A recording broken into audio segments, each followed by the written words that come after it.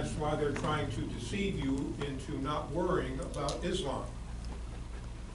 Now, the Muslim Brotherhood has a plan to take over this country. I'm not going to get into that tonight, but I am going to talk about the deception that's underway right now here to mislead you, mislead your family members, mislead our government, and it's working. It's working very well. I don't want you to pay so much attention tonight on the people that I talk about, more so on the techniques they use, because it's very subtle. They lie, they cheat, they do all sorts of things because they consider this part of their house of war. The Dar el-Harb is a house of war for them because it's not controlled by Sharia law or Islamic law. So anything in the world, any place in the world that's not controlled by Islamic law is by its very nature a point of conflict. And part of any warfare, and I know we probably have some veterans here. How many vets do we have here tonight? Oh my gosh, look at great. You know as well as I do, deception is part of war, right? We used to do it when we were in the military. Well, they're doing it against us. So we're going to talk a little bit about Muslim women, how they're deceiving us. I'm going to throw in a couple examples of some Muslim men too.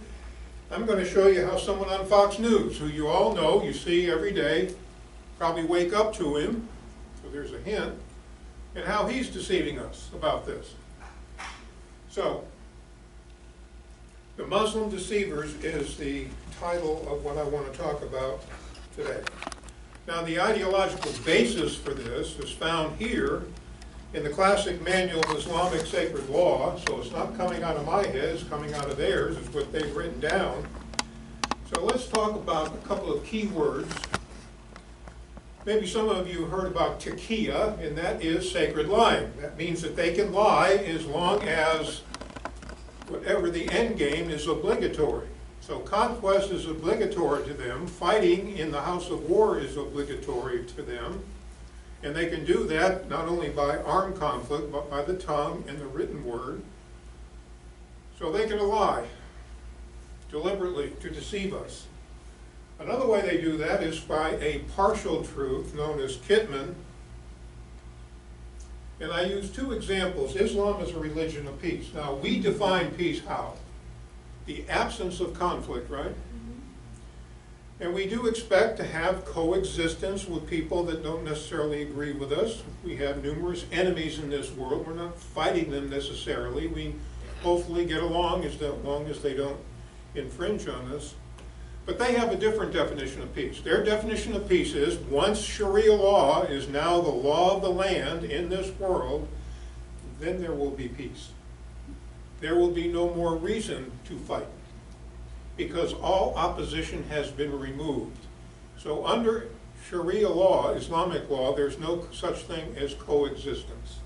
So when they say peace, they mean it. Islam is a religion of peace, but they just don't tell you. You got to go through an awful lot of hoops to get there, and by then it's too late. Another one is terrorism. They're against terrorism. The reason they're against terrorism is because they don't practice terrorism. We do.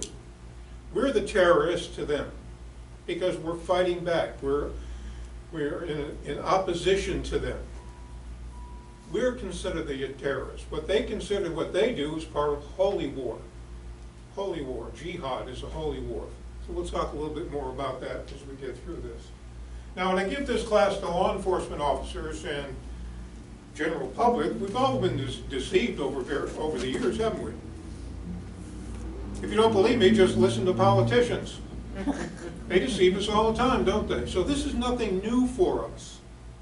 Everybody here has your own way of vetting people, of getting to the truth. Use your gut. Take time to vet people and vet what's being said. And part of what you're doing here tonight is for me to help you understand how the deception is being carried out, how the lying is being carried out, so you can recognize it, hopefully, when you see it. Now, if you don't recognize him, he's Tariq Ramadan, the grandson of Hassan Banna, the founder of the Muslim Brotherhood. And this is what he has to say about speaking to non-Muslims. makes it very clear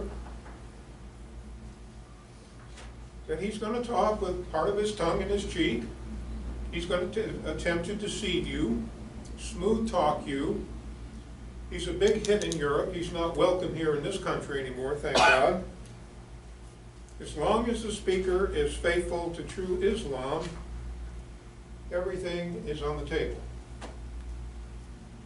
And the third type of deception is maruna. Necessity makes permissible the forbidden. Now, what does that mean? There's a lot of things in the Quran, their holy book, if you will, that is forbidden.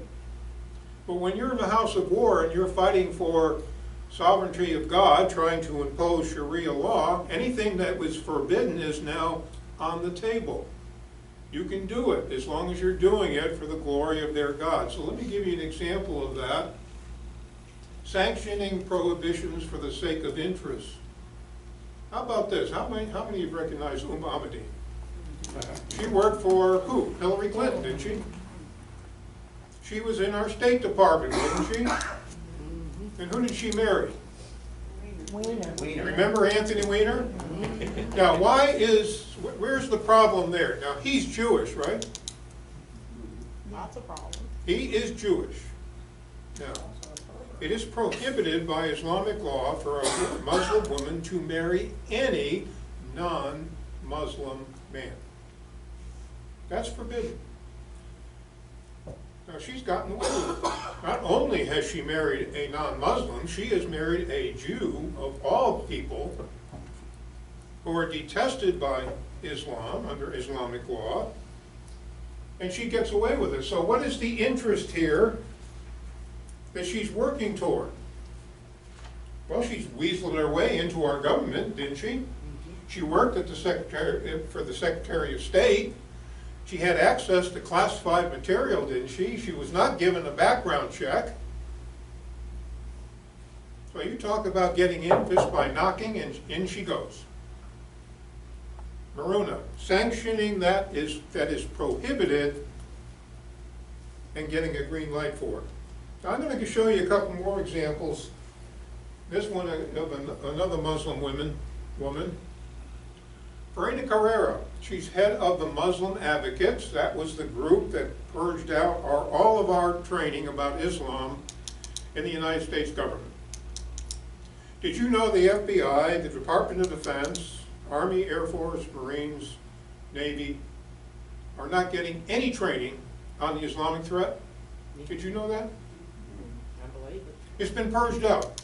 It was purged out in 2012 by the Obama administration because of efforts by her and the Muslim Brotherhood not to insult Islam, not to be considered racist, so they phased it all out.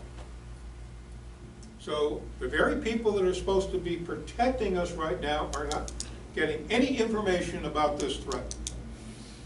None. Zero. So, Farina Carrera, now do you recognize anything about her that maybe might give you a little concern? How's she dressed? She got a cover on? No. Why not? I thought all Muslim women have to be covered, don't they? Yes. So how has she managed to escape?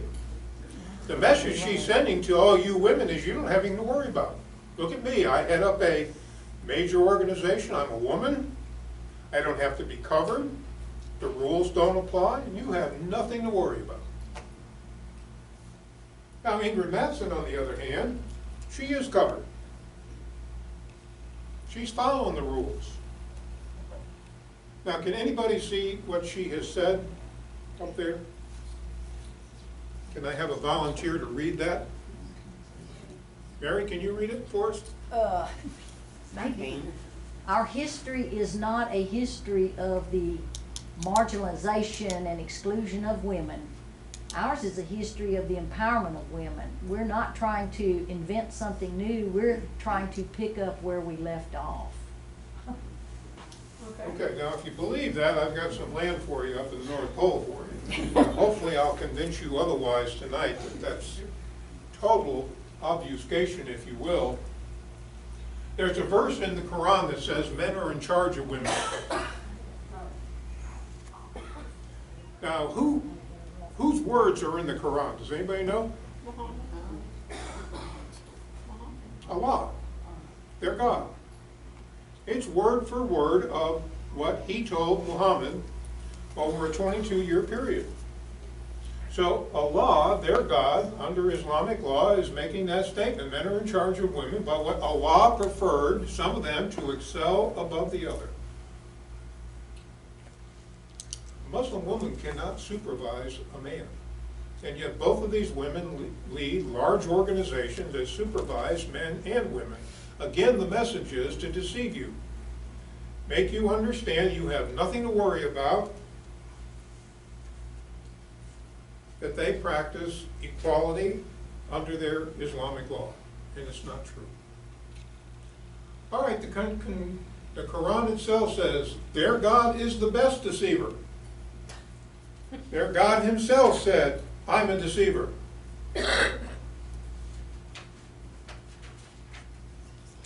Delilah Moga had worked for the previous administration. Another deceiver, she led Obama's Office of Faith-Based and Neighborhood Partnership. She also promotes the notion that women have nothing to fear from Sharia, and she publicly denies that there are any Sharia crimes sanctioned against women. Well, I'll let you be the judge of that as we get through the presentation tonight.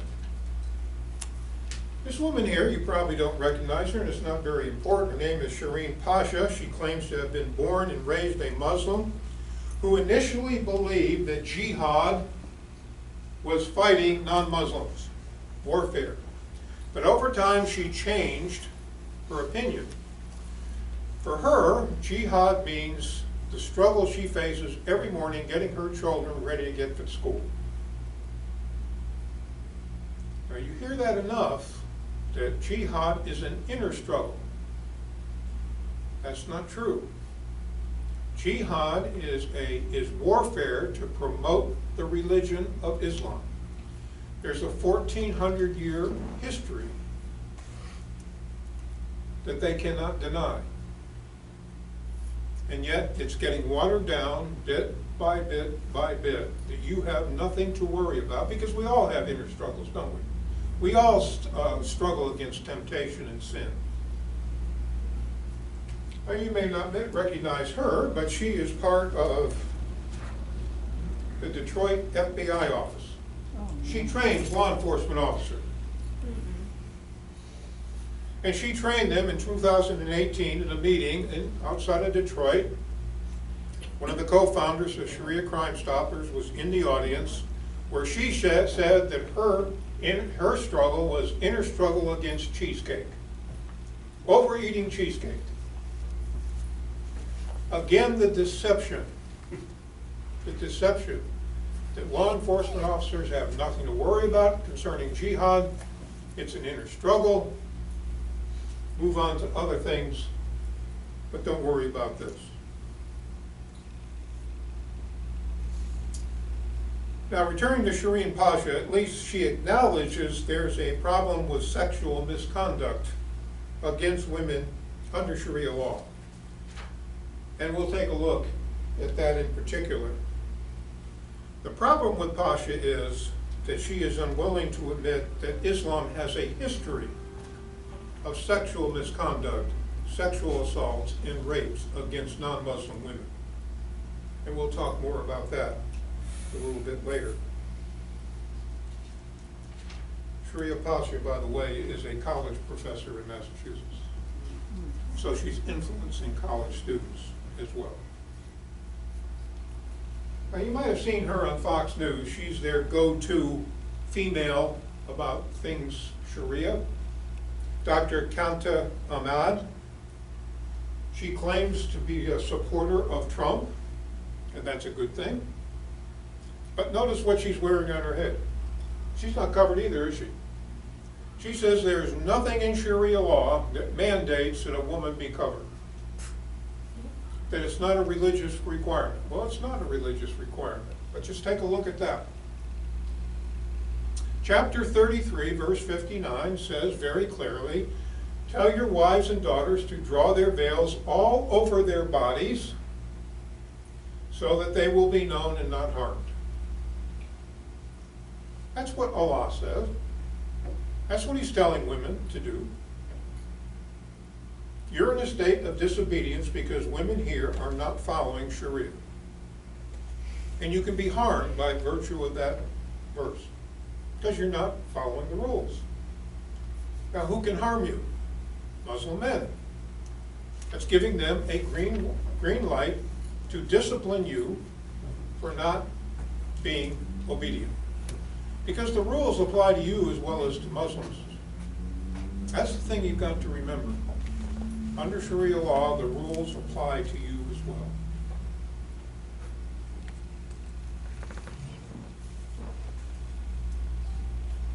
She goes on to condemn anti-Semitism, but she doesn't acknowledge that there is a history of anti-Semitism under Islamic law.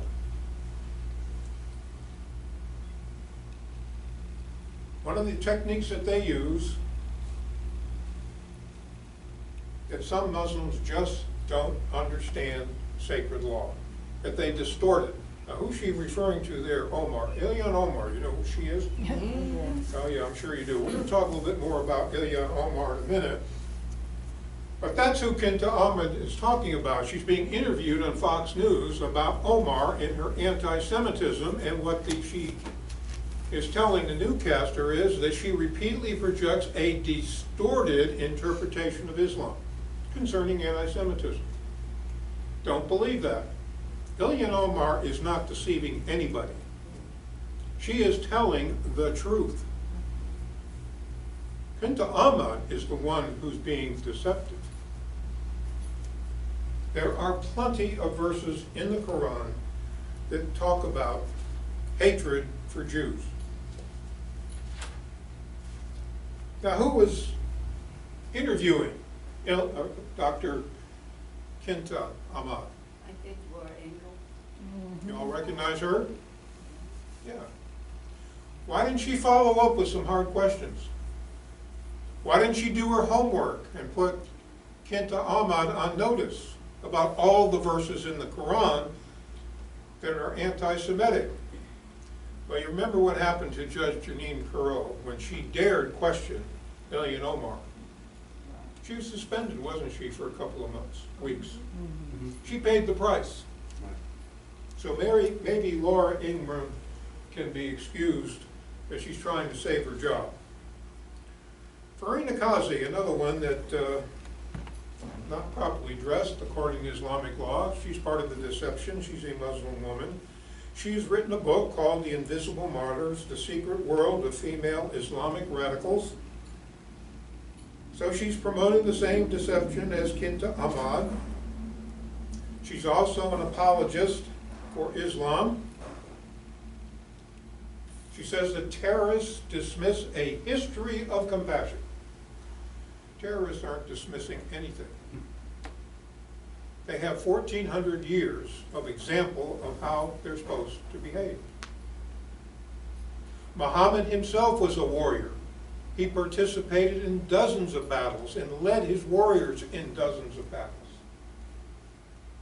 The jihadist today understands exactly what his history is all about. But again, the deception. Notice what she says about women. Women choose a perverted Islam that contradicts the true practices of Islam. Well, we'll take a look and let you be the judge as we go through. One of the things that Kazi overlooks, Muhammad married a young girl when she was 6 years old.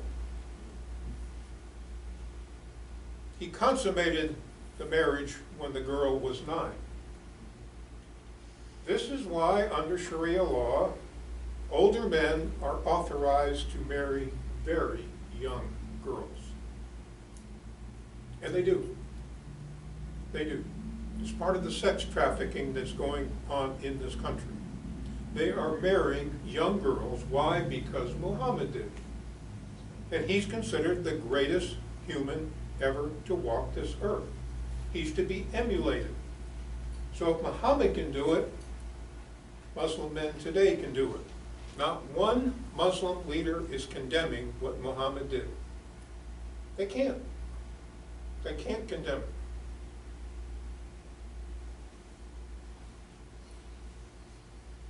And then she goes on to say that the Prophet of Islam advanced the status of women.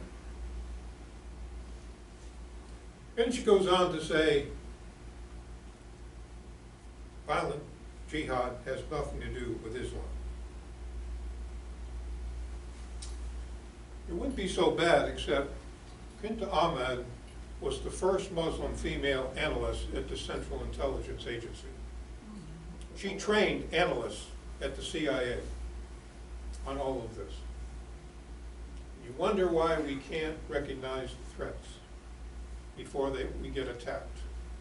San Bernardino, Boston, Fort Hood, even 9/11, because our analysts do not understand the true nature of what we're confronted with.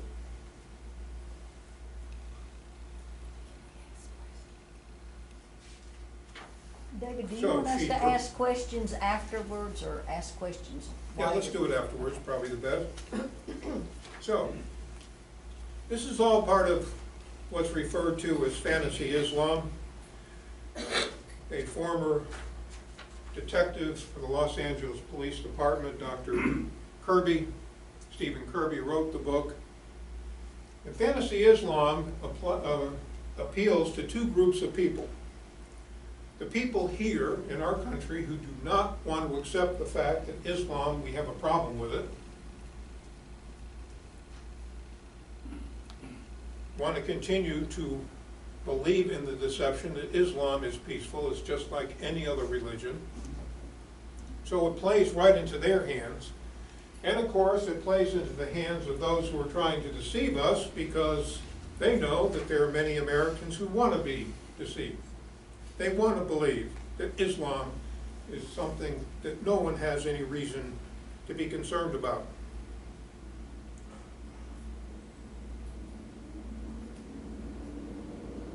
So we continue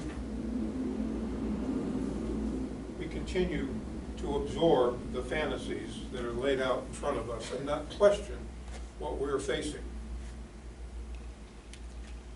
So, today Islam is still misunderstood, misappropriated, misunderstood.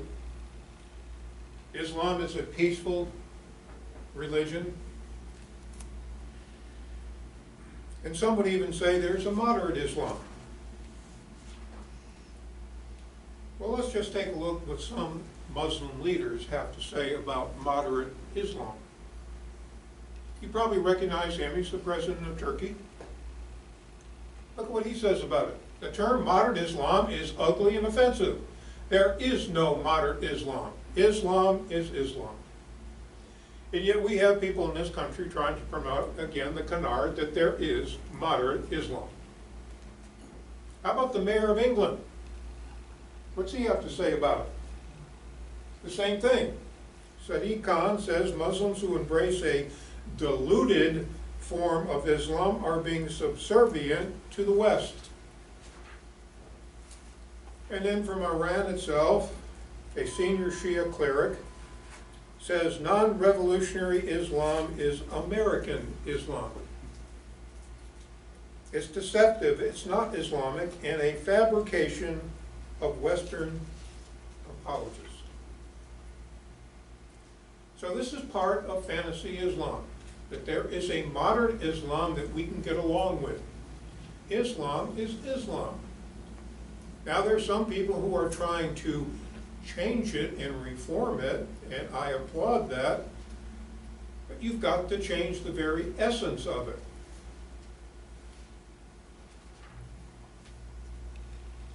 Well, let's take a look at another form of deception, and this is by someone that you probably don't recognize. Her name is Debbie Almonstar.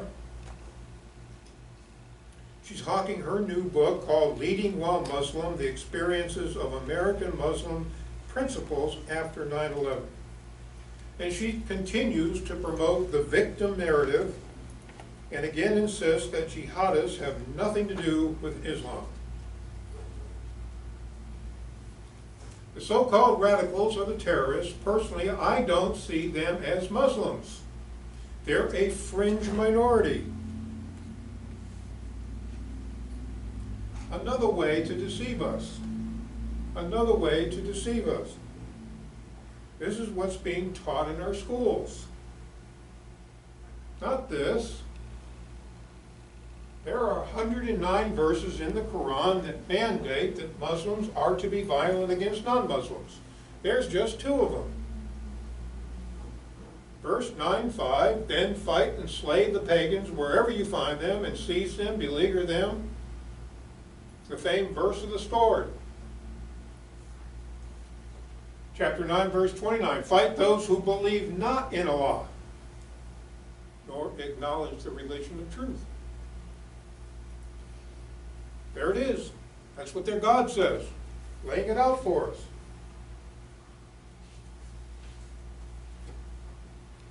A couple more examples of how we're being deceived. Mona Shack, and maybe you've heard of Linda Sassour, have you? Bernie Sanders is cozying up to her. We'll talk a little bit about her in just a moment, who he's aligning himself with. Mona Shack is an example of what one woman, all by herself, can do to promote peaceful Islam. Following the San Bernardino attack, and you probably remember that, Shack placed a newspaper ad inviting people to come to a local coffee house and ask questions of a Muslim, and she would enlighten them. Well, they came by the dozens. 100 people showed up. She's given 150 presentations so far.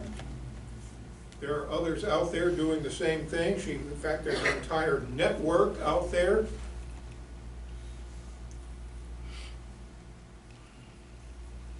One of the verses that they promote is this one. Now that indeed is in the Quran. It's there.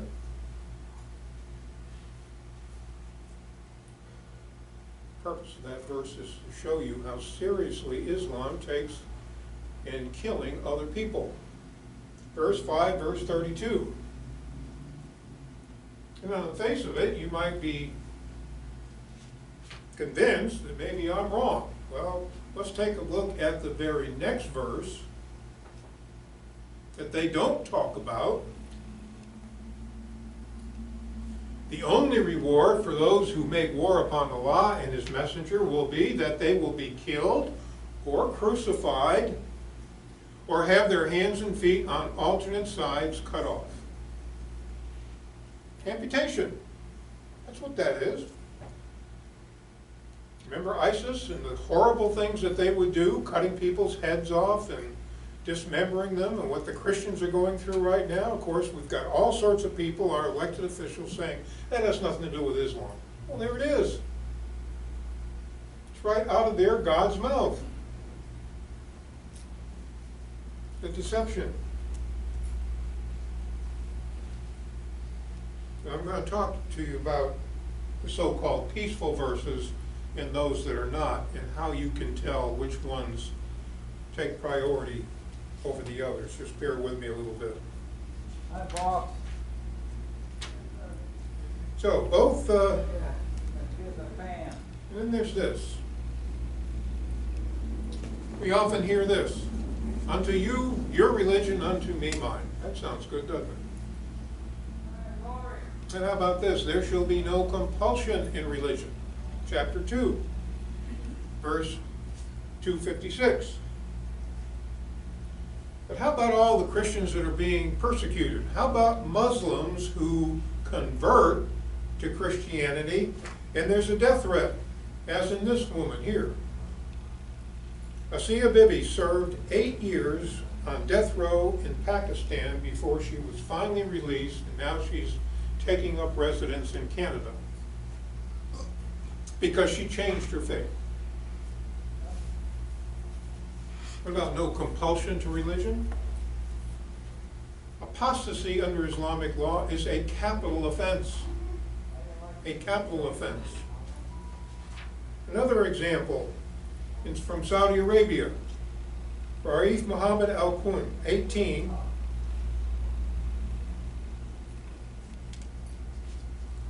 Also gone to Canada. So let me talk a little bit about abrogation. When Muhammad was in Mecca for the first roughly 10 years of his ministry, he preached peace. He preached love. He preached compassion. He told his followers, and there weren't too many, but he told them, always turn the other cheek. Do not resist. And they were persecuted. In Mecca you had Jewish tribes, Christian tribes, and pagan tribes. It was a multicultural city in Mecca during the time of Muhammad. He was born and raised in Mecca. And yet he was shunned because of what he was trying to convince them to do, is to set aside their religions, their beliefs, and to follow him and Allah. But all the verses in Mecca were peaceful. And they're still in the Quran. But when he left Mecca, when he finally was forced out of Mecca in 622, he went to Medina. And that's where things changed. That's when Allah took the gloves off and told Muhammad and his followers to fight. Not just defend yourself, but go on the offensive, because people who do not believe in me, Allah, are an abomination.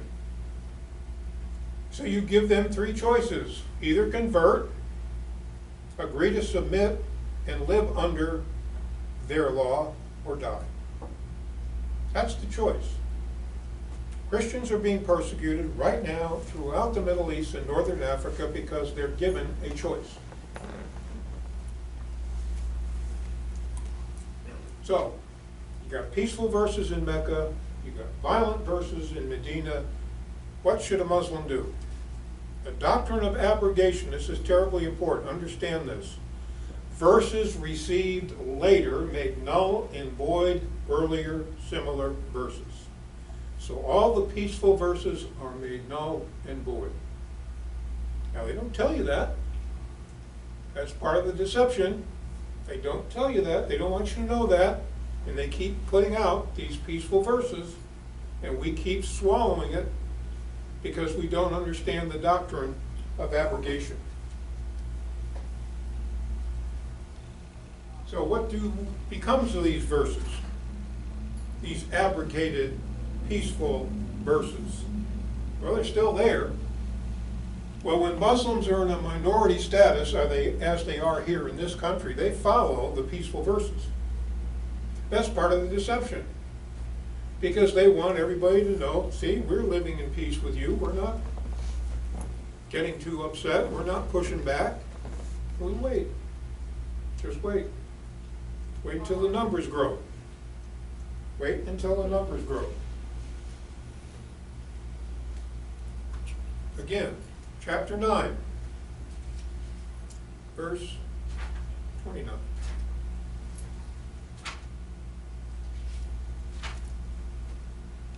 So, what else does Shaq promote? Muslim women could vote before you all could vote. The 100th anniversary of the right for women to vote is next year, isn't it? 1920. Happened in 1920.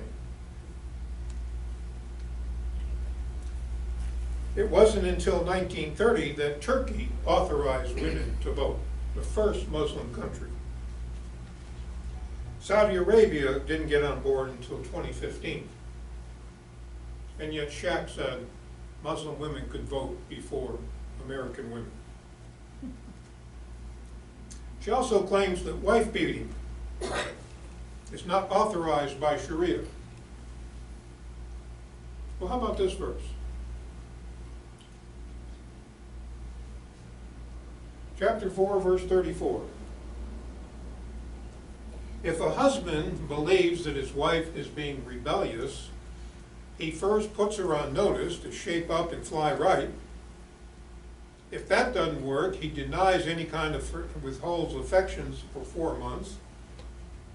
And if that doesn't work, he scourges them. He can beat them.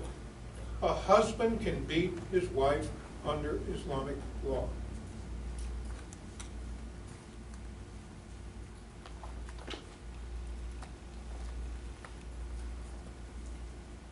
And then she goes on to say that Muslims view Christians and Jews as friends. Again, she's misleading you, because the Quran is very specific about that. It tells Muslims do not take Christians and Jews for friends.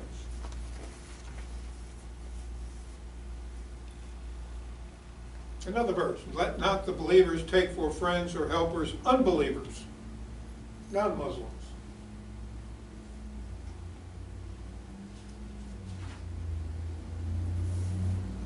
And one more for good measure. The doctrine of enmity and hate.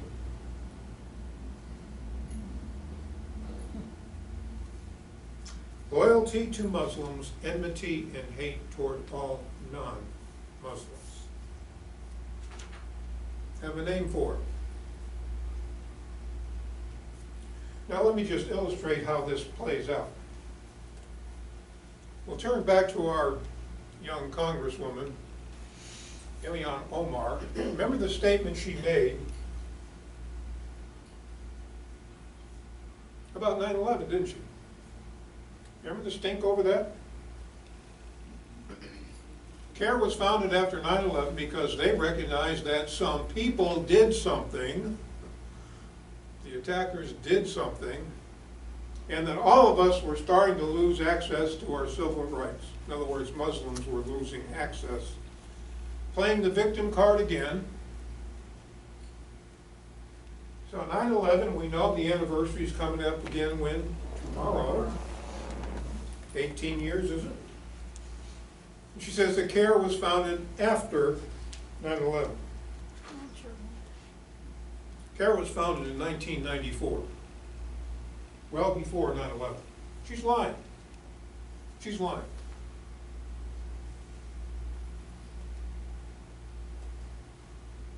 And of course, she can't say anything about the terrorists because of the doctrine of loyalty and enmity. She can't say anything bad about a fellow Muslim. So that's why she waters it down. She's in lockstep with being loyal to fellow Muslims. Well, Motashak is not the only one out there. Robert Aziz, he's another one. Part of a network.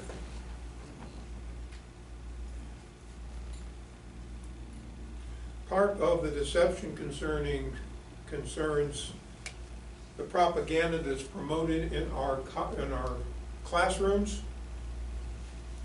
Buddha Essa, the spokesperson from Dearborn, Michigan area, founder of a group called Culture Links LLC.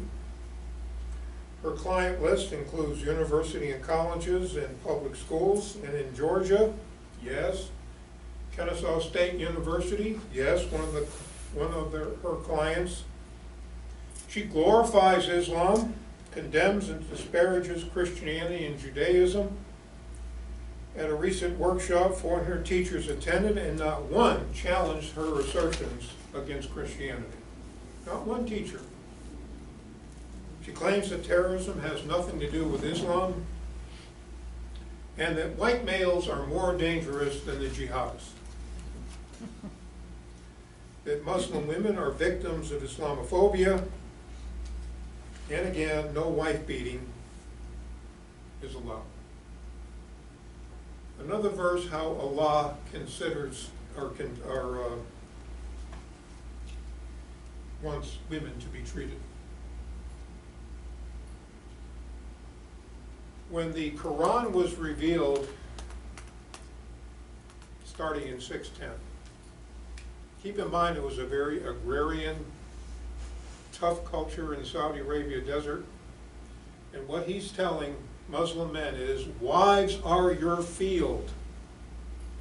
Treat them any way you want, anytime you want. Sex on demand, that's what that verse means. Right there, that's what that means. anytime, any place, it doesn't make any difference. Your wife is nothing more than a field to you.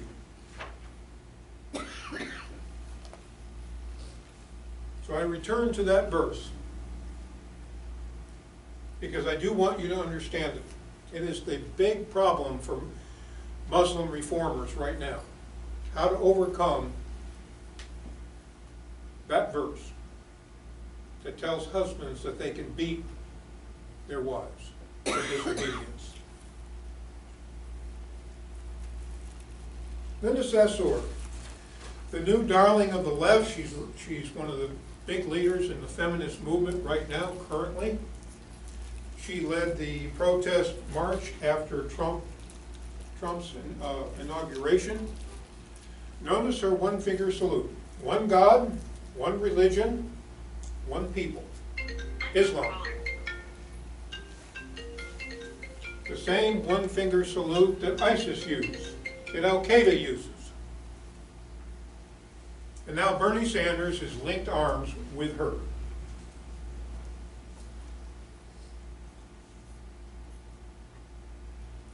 One of the things that she promotes is that Islam does not promote female genital mutilation. A horrific practice. I won't get into the particulars of it. But she's saying here, FGM has no place in Detroit or anywhere else in the world. FGM is barbaric and is not an Islamic practice. She's a victim of it. She comes from Palestine. She's a victim of it. What does our green book say? Our source that I told you we were using tonight. Very clearly, it says circumcision is obligatory, and for women by surgically removing the clitoris.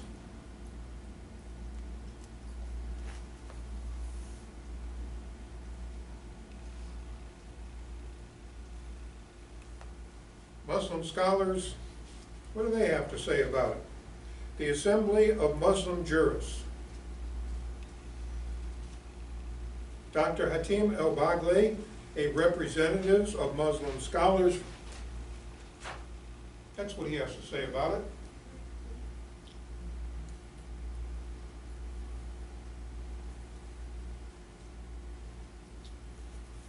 Sheikh Yosef Qaradawi, considered the prime source of Islamic law today in the world.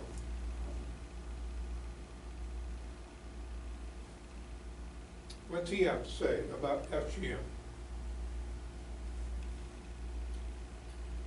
He is the leading Islamic scholar today in the world. Claims that FGM has health benefits for women and benefits for their spouses. Knowing all this, it's amazing that any woman would defend Islam. Amen. But don't be seduced by this angelic face. She's a housewife with daughters in New Jersey, recently taking to covering her hair. She promotes the return of the caliphate, opposes declaring the Muslim Brotherhood a terrorist organization, another deceiver, and she has 600,000 Facebook followers throughout the United States.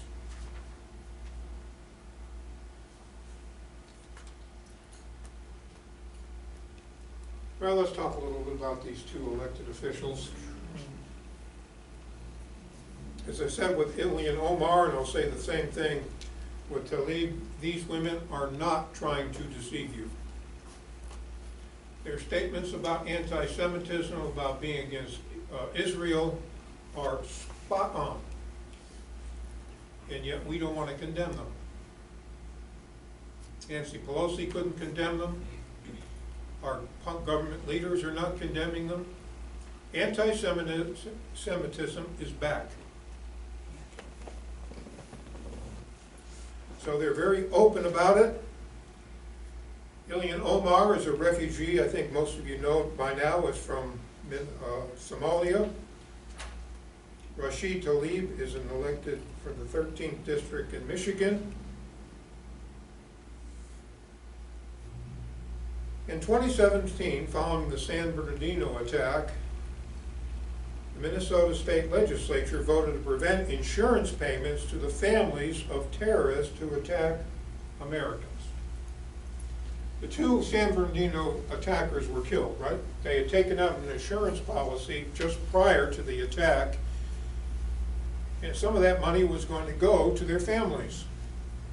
So Minnesota took steps to block that. Ilhan Omar served in the state legislature at the time, and she voted against it.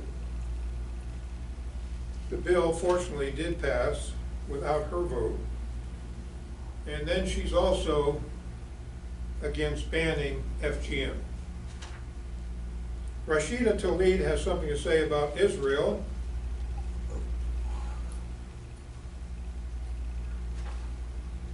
And here she see her draping herself in the Palestinian flag, and she participates in a pro-jihad rally in Detroit in 2014.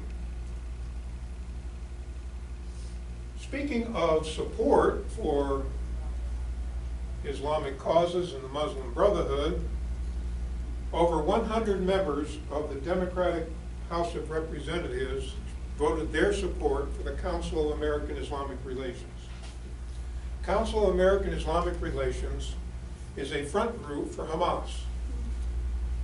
It's not a civil rights organization as it claims to be. It is a front group for Hamas here in the United States. It's attempting to raise money for Hamas, a terrorist group in the Middle East. Would you repeat their name again? Excuse me? Would you repeat the name of that group again? CARE. Council of American Islamic Relations, CARE. Council of American Islamic Relations.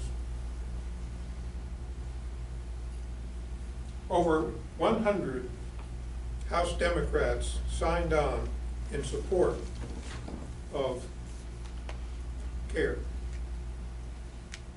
And not to be outdone, 16 of the Democratic presidential candidates have also signed on for support. Speaking of our House of Representatives, Omar Suleiman, chosen to give the invocation to Congress on May 9th, right during Ramadan, he has a history of strong anti-Semitism and support for designated terrorist group Hamas. His prayer included, "We pray for peace." Now already that should be a red flag for you, because I told you a little bit earlier how they define peace. So here he's got everybody in the House of Representatives praying for peace following Sharia law. They've all been duped. They've all been duped. Not to mention his background. And speaking of list, here's the top 10 university leaders who support terrorism and take money from Saudi Arabia. Saudi Arabia has given over $614 million to elite colleges and universities in the United States. And our politicians recognizing CARE, in this case, Houston Care Recognition Day, promoted by the mayor of Houston, Sylvester Turner. Another useful idiot for the red-green axis.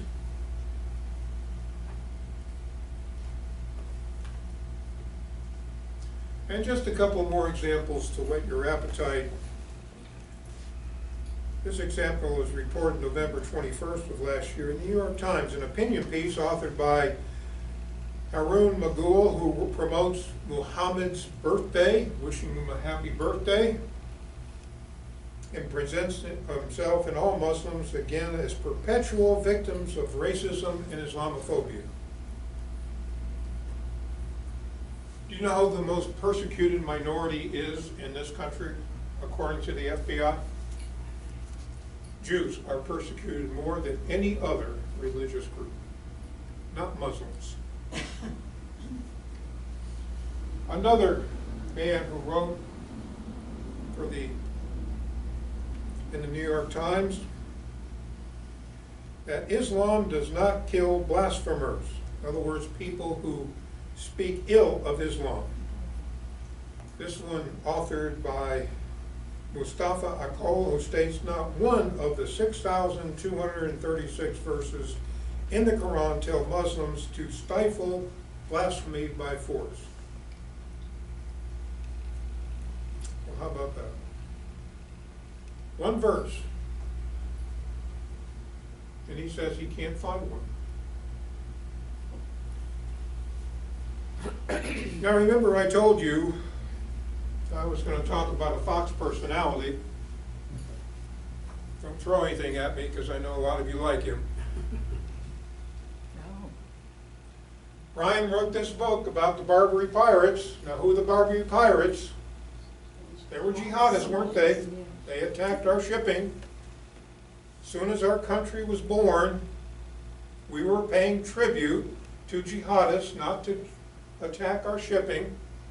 And what does Brian, not only does he write a book, but look what he says. Barbary pirates who fought U.S. in Jefferson era had bastardized the Quran. In other words, they had misinterpreted it. All the verses that I've shown you, the 109 that are there that tell them to fight non-believers, 1,400 years of conquest, and that's what the best that Brian can come up with.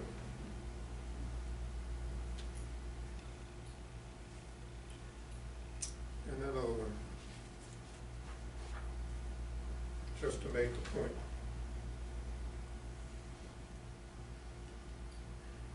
And during Ramadan. Remember, Obama used to say that Ramadan is a period of prayer and peace. Historically, Ramadan is a 1-month period of war. It's when the attacks spike up.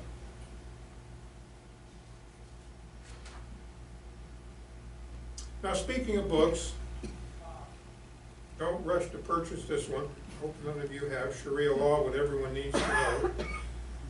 One by John Esposito, Tanya DeLong Boss, who totally whitewashed the misogynistic and violent aspects of Islam. And this book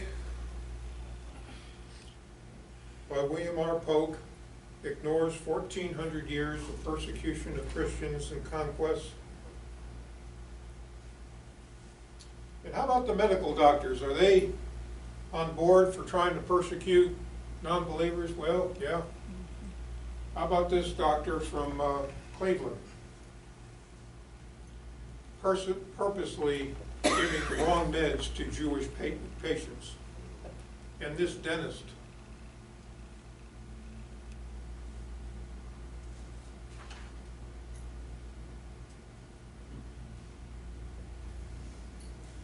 Part of the deception is being promoted in Hollywood.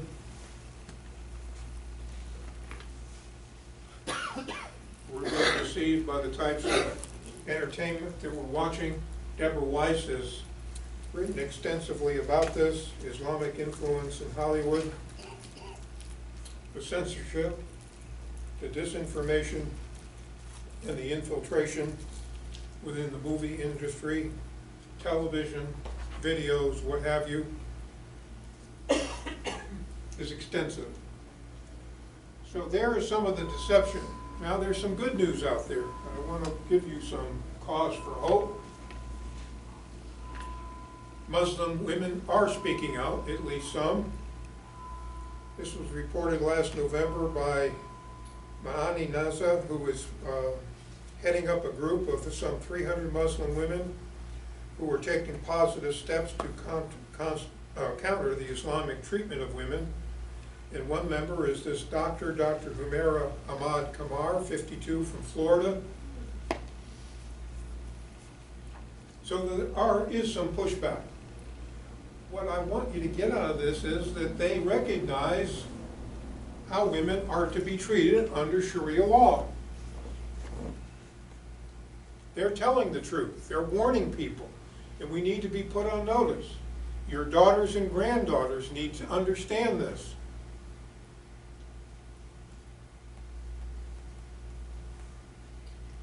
Let me digress just a minute. College women are being targeted by Muslim men.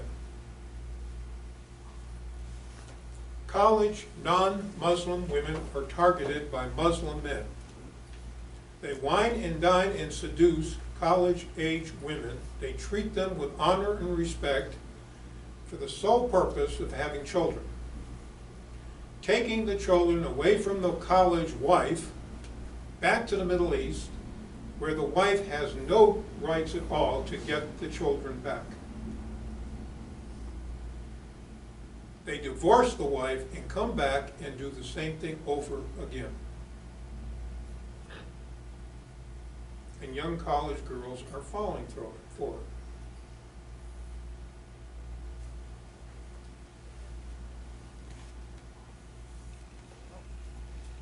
it. So, her group targets that group for membership. A couple more women who are speaking out, asking non-Muslim women, do not wear the hijab for solidarity, and how we're being told to do that. Non-Muslim women are asked to take up the hijab and cover yourself and show that there's kumbaya between you and Muslim women. And yet you have Muslim women say, don't do that. Asra Nomani and Hala Arafa, two activists. And when you know that there are women in this country who just don't want to pay any attention to them and show solidarity. Recognize Laura Bush? Yes. And how about Nancy Pelosi? Hillary. Showing solidarity for the suppression of women. And that's what that represents. Remember the verse, be covered so you will be known or recognized as obedient and not harmed.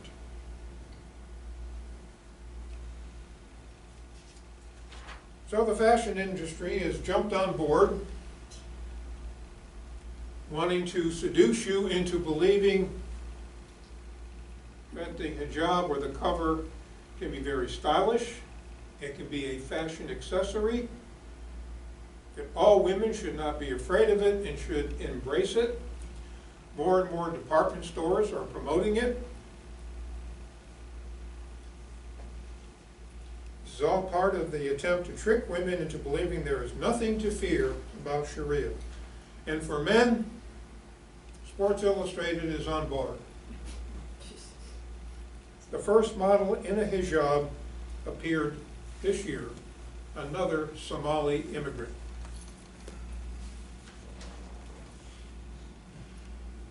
And yet, where you have large immigrant neighborhoods, as in Maine, the truth comes out. The assaults against non-Muslim women.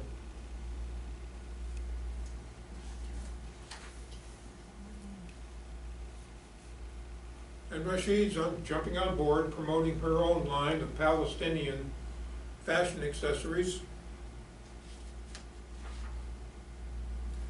On March 18th of this year, the Muslim Brotherhood sponsored this billboard ad promoting the hijab, the covering, in Dallas, Texas. In response, Pamela Geller tried to post this billboard showing Muslim women who had been murdered by their families for not wearing the covering. Remember, in the classic manual of Islamic sacred law, mothers and fathers can kill their offspring for an honor violation.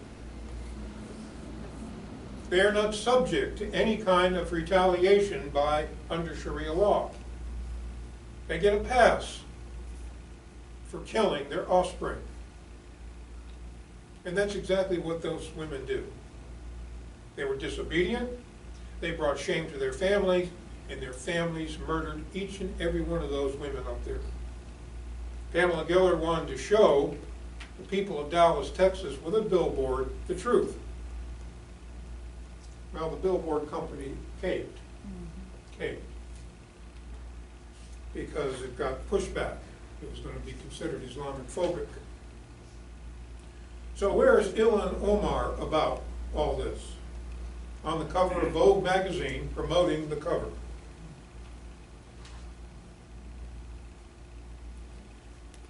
Well, Omar's got another problem. Recently revealed that she's had an adulterous affair.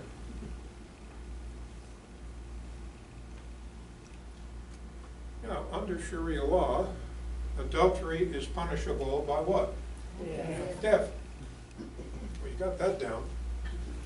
It's true. A woman who claims that she has been raped is automatically considered an adulteress unless she can produce 4 male witnesses who saw the penetration and are willing to testify in court that she was raped. When I was chief of police in the city of Woodstock in 2009, we had a case of an 18-year-old college girl, a Muslim co-ed, who was brutally raped, and her brother beat her because of it. Now, he beat her because he considered that it was her fault. She was an adulteress. She either addressed a certain provocative way or carried on in a manner that brought the family shame. But it was her fault she was raped. And to bring honor back to the family, he beat her for it. This is serious stuff. Now, Ilyan Omar has not been stoned yet. No violence against her yet. Remember Maruna? The prohibited is permissible. She's a jihadist. She's attempting to impose Sharia law on us. She gets a pass. And yet not. She can do anything she wants, as long as she's doing it for their God.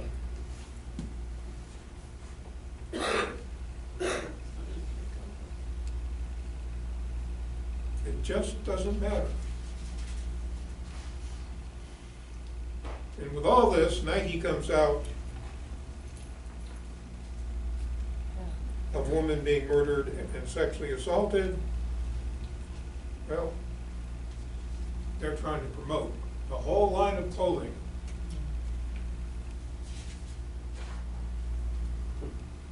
So, what are the rules about Islamic dress codes for women?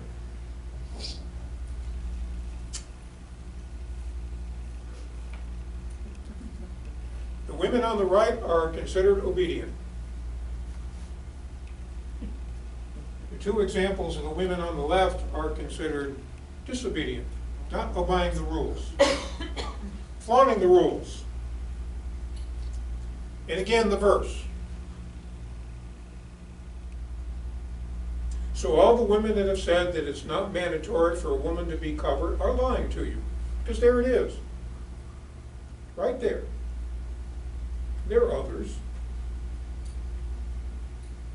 So you'll be recognized and not harmed. Recognized as being obedient, submissive, and not harmed. But if you don't, you're subject to harm. Now, recently in Europe, they tried to drive home this point with this graphic depiction of 2 lollipops, compliments of the Islamic Center of Helsinki, Finland. The message conveyed in many mosques is this: white non-Muslim women are like unwrapped lollipops on the right. They attract bugs, flies. Bad things happen to them. But if you remain covered up, you're okay.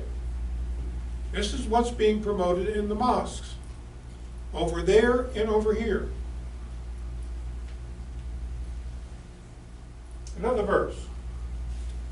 Women, don't do anything that causes you to stand out. No makeup, no perfume, no jewelry.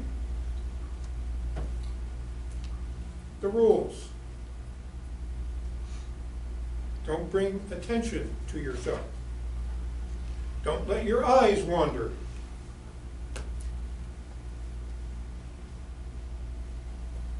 Don't display your ornaments.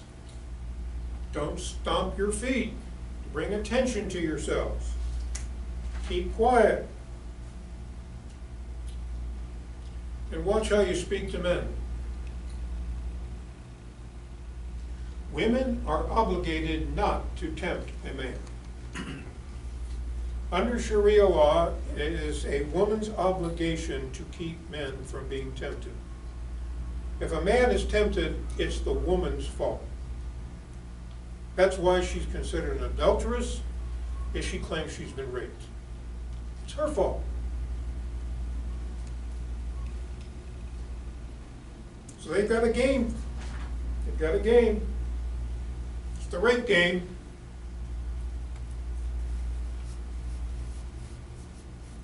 Got a single non-Muslim woman, obviously not properly covered, in a very public gathering, maybe a carnival, a fest, if you will. A lot of people around her.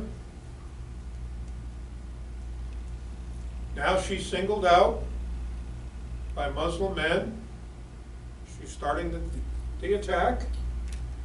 All done publicly. Publicly.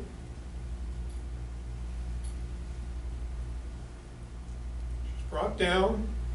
The inner group rapes her, gang rape. The outer ring provides security. Remember, this is a large public gathering. No one can hear her scream. And you've got a large group of Muslim men who will make sure no one protects her. It's a rape game. It's a rape game. And the attacks against women continue.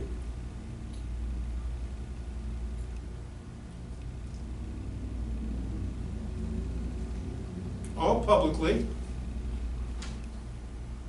Part of the message is that non-Muslim men are powerless to protect women.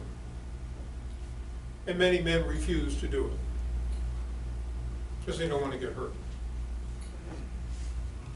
So, Sharia law and women wrap up. All those practices are sanctioned under Sharia law.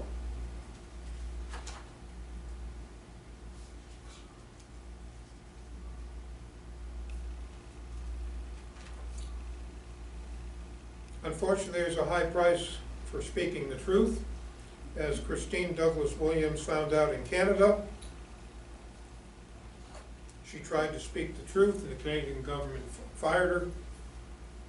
Shireen Kadozi, here being interviewed. One of the good guys warns us about the new form of peer censorship or peer policing. Hate speech. Do not let our Congress pass any form of non-hate speech. That's a way of silencing all of us. Because everything I've said tonight would fall under hate speech. Just telling you the truth is considered hateful.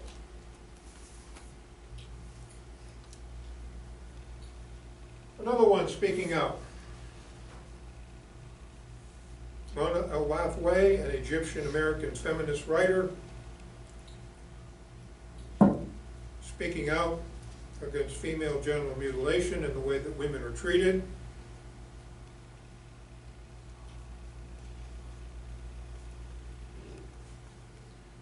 Her book is a plea for the outrageous actions being perpetrated against women. And then there's these women. You might recognize Ani Cyrus on the left. A coalition of not only Muslim, but non-Muslim and Jewish women, Christian women, speaking out. They made this statement in a National Press Club briefing. But I wonder where the other Muslim women were, why they didn't show up. How about Ilhan Omar? You think she showed up to this? Talib, and all the rest that we've talked about tonight, showing support for these women, these courageous women who are speaking out. And then there's this group, facing abuse in community environments, other Muslim women taken to the streets. And I would be remiss if I didn't talk about the systematic and purposeful persecution of Christians throughout the Middle East. It's going on right now. It's a genocide. It's a genocide. Thousands and thousands of Christians are being slaughtered. Our academic community is part of the complicity because they don't talk about it. The media doesn't. And certainly the Obama administration went to great lengths to support the persecution of Christians through the support of the Muslim Brotherhood. And then, as far as I'm concerned, our pastors have let us down. I don't know about you, but I have left the church because of passive pastors. I could not get our pastor to even pray for persecuted Christians. I ask you, let me see a show of hands here. And this is non-attribution, so I don't think any pastors here. How many of your pastors have spoken out against the genocide of Christians in the Middle East? 1, 2, 3, 4, 5. That's probably twice as many as I normally see of hands. So you're very fortunate you've got a pastor, and I hope that you will show your support for him and encourage him to continue to speak out. But how about the rest of you? You fall in the same problems I have, of pastors who aren't willing to defend Christians. But there's one more side of this. Brandon House talks about in this book, Marxianity, the wedding of the social Marxists in Islam. The big takedown here in this country is the red-green axis. And that book, I highly recommend it, will open your eyes, called Marxianity. So before to close tonight, here's our dilemma. Islam's considered a religion protected by the First Amendment, just like all the rest of the religions. That's what so many people believe. But how about all that? All the crimes that are sanctioned under Sharia law, every one of those that you see on that screen is sanctioned under Sharia law and in violation of U.S. law. So no, they're not protected practices, even if they are sanctioned by Sharia. They violate U.S. law. And yet we have so many useful idiots out there who don't understand that. And then there's the Pope. I hope I'm not offending any Catholics here. But the Pope forming an alliance with Islamic scholars that Islam is a religion of peace. He's against walls, he's against boundaries between countries, and yet those of you who know anything about the Vatican, is a very large wall protecting him, but he doesn't want it for the rest of us. So, we're well aware of the terrorist threat, the overt threat. We know about that. That hits the headlines. The direct attack. But everything I've been talking about here tonight is nonviolent. It's the soft jihad. The attempt to subvert our culture and constitution. It's ongoing. Ongoing. And both axes promote each other.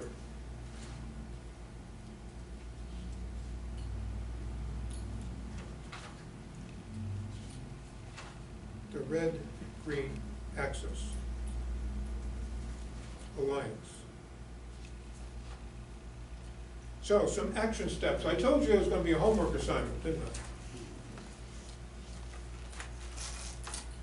So things you can do. Number one, stay informed. So I applaud you for being here. Hopefully this has been somewhat enlightening for you. You've learned something tonight. There's so much more we could talk about. Time is of the essence, I know that. Anytime there's a national security event, attend it. Try to bring younger people if you can. Not to disparage you two. Hold your pastors and rabbis accountable.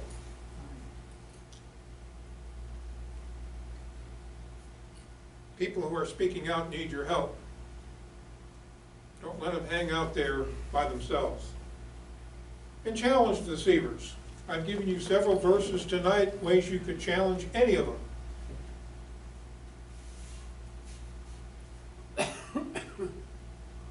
Got to put the Muslim Brotherhood out of business, even though there are many Democrats who are supporting it.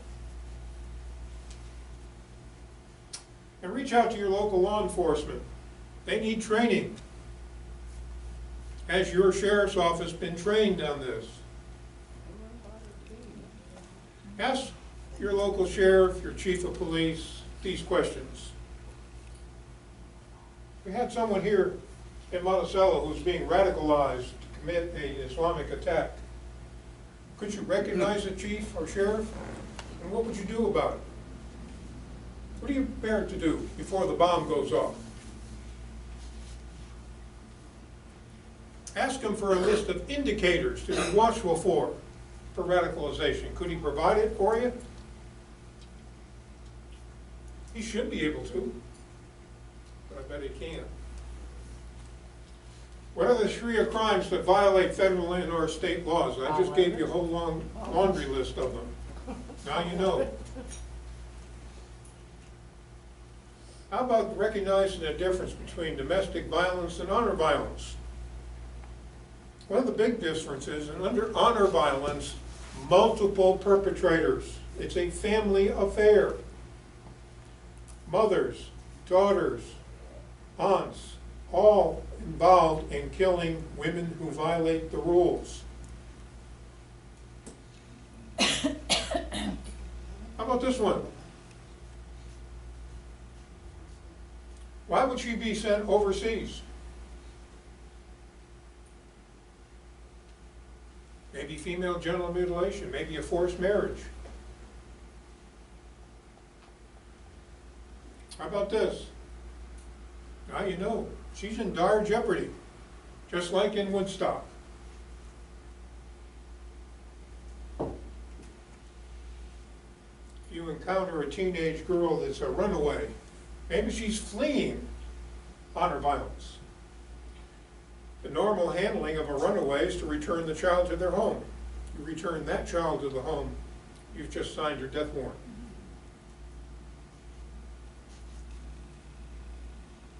For the most part, my experience is, through no fault of their own, they don't know how to handle all of those questions. Remember, the training at the top has been purged.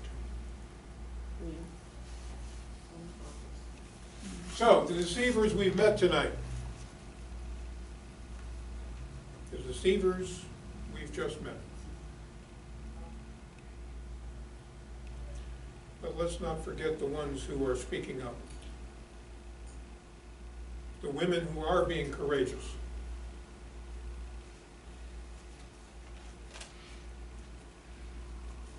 And then the members of the Muslim Brotherhood. There are thousands of them here, working very hard to destroy this country. Thousands. Sun Tzu said a long time ago, if you don't understand what you're up against, you're going to lose. Ladies and gentlemen, it's been an honor to be here tonight. I'm very grateful for the big turnout. Sorry I went over a little bit, but if you have any questions, this is a good time to ask them. Let me just say one thing first, if you don't mind. We would like anyone that feels they can or would like to give a donation this evening for our speaker. So when you leave, if you drop $1 or $2 in the jar, we'd appreciate that. And want to tell everybody thank you for taking your time and coming, and go ahead. So, any questions tonight, folks? I have a question. Let me get close to you. I lost a lot of hearing in the military, in the tank gunnery range, so